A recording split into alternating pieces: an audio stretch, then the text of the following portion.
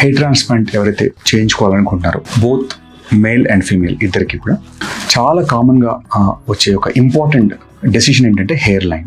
Hair line ఎలా ఉండాలి, మెన్లో ఎలా ఉండాలి, ఫీమేల్లో ఎలా ఉండాలి, మనకు ఏది సూట్ అవుతుంది, ఏదైనా ఐడియల్ హెయిర్ లైన్ ఉందా?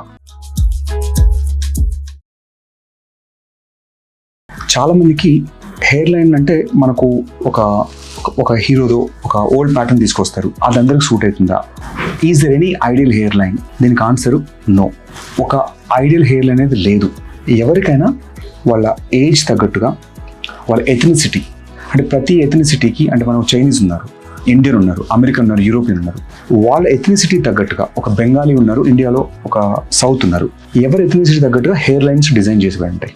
మన స్కల్ షేప్ని బట్టి హెయిర్ లైన్ చేంజ్ అవుతూ ఉంటుంది. సో ఒక పర్టికులర్ రేస్కి సూట్ అయిన హెయిర్ లైన్ అందరికీ సూట్ అవ్వాలని లేదు. కానీ కొన్ని ఫండమెంటల్ థింగ్స్ మనం ఇందులో ఖచ్చితంగా చెప్తాము. అందులో ఇంపార్టెంట్ థింగ్స్ నేను చెప్తాను ఈరోజు. మినిమం అంటే లో హెయిర్ లైన్ ఎవరికి, ఎల్డర్లీ ఏమో ఎనీథింగ్ ఏవో 30 years తర్వాత కనుక మీరు హెయిర్ లైన్ ట్రై చేస్తుంటే లో హెయిర్ లైన్ ఎప్పుడు చూస్ చేసుకోవద్దు. Minimum 7 to 9 centimeters from eyebrow, ఈ సెంటర్ ఐబ్రో నుంచి కనీసం 9 centimeters, 7 to 9 centimeters ఉండాలి హెయిర్ లైన్. తర్వాత మీరు పైకి హెయిర్ చూసినప్పుడు, ఐబ్రోస్ పైకి రేజ్ చేసినప్పుడు మనకి ఎక్కడైతే రింకిల్స్ పడతాయో హెయిర్ లైన్ ఎప్పుడు ఆ రింకిల్స్ పైనే ఉండాలి, రింకిల్స్ కంటే కింద ఉండకూడదు. తర్వాత మీ ఏజ్ రిలేటెడ్గా, అంటే ఇప్పుడు ఒక 20 years అప్పుడు హెయిర్ లైన్, 40 years అప్పుడు హెయిర్ లైన్ సేమ్ ఉండదు. ఏజ్కి తగ్గట్టుగా ఖచ్చితంగా హెయిర్ లైన్ అనేది ఆల్వేస్ కొంచెం పైకి పెట్టడమే కరెక్ట్. తర్వాత షేప్స్ కూడా V or M, తర్వాత U, మీ స్కల్కి తగ్గట్టుగా ఏ ప్యాటర్న్ సూట్ అయింది అనేది మాత్రము ఖచ్చితంగా మీ డాక్టర్ సజెషన్ తీసుకొని మీరు 2-3 పెన్సిల్ పెట్టి కానీ మనం స్కెచ్ పెట్టి కానీ ఏది సూట్ అవుతుందనేది మాత్రం ఒకసారి మీ చాయిస్ ఏమైనా ఉంటే డాక్టర్ డిస్కస్ చేసి మాత్రమే మీరు హెయిర్ లైన్ చూస్ చేసుకోండి. లేదంటే ఆస్క్ మీ కన్సల్టెంట్ని, డాక్టర్ని, నాకు ఏది సూట్ అవుతుంది నా స్కల్ తగ్గట్టుగా అంటే probably he will give you 1 or 2 choices. ఇంకో ఇంపార్టెంట్ థింగ్ ఏంటంటే హెయిర్ లైన్ ఎప్పుడు స్ట్రైట్గా ఉండకూడదు, ఇర్రెగ్యులర్గా ఉంటుంది. చిన్న న్యాచురల్ హెయిర్ లైన్ చూస్తే ఎప్పుడన్నా మీరు అది ఎప్పుడు ఒక సింగిల్ లైన్ లాగా విక్ పెట్టినట్టు ఉండకూడదు, అది ఇర్రెగ్యులర్ ఉండాలి. ఇది మెన్లోకి వచ్చేస్తే. విమెన్కి వచ్చేసరికి యూజువల్గా హార్ట్ షేప్, కానీ మీరు మాధురి దీక్షిత్ హెయిర్ లైన్స్ చూసి చూడండి, హార్ట్ షేప్ ఉంటుంది, or U shape, or V, ఈ 3 రివర్స్ V అంటాం ఇట్లా. సో ఈ 3 షేప్స్ జనరల్గా విమెన్లో చూస్తాము.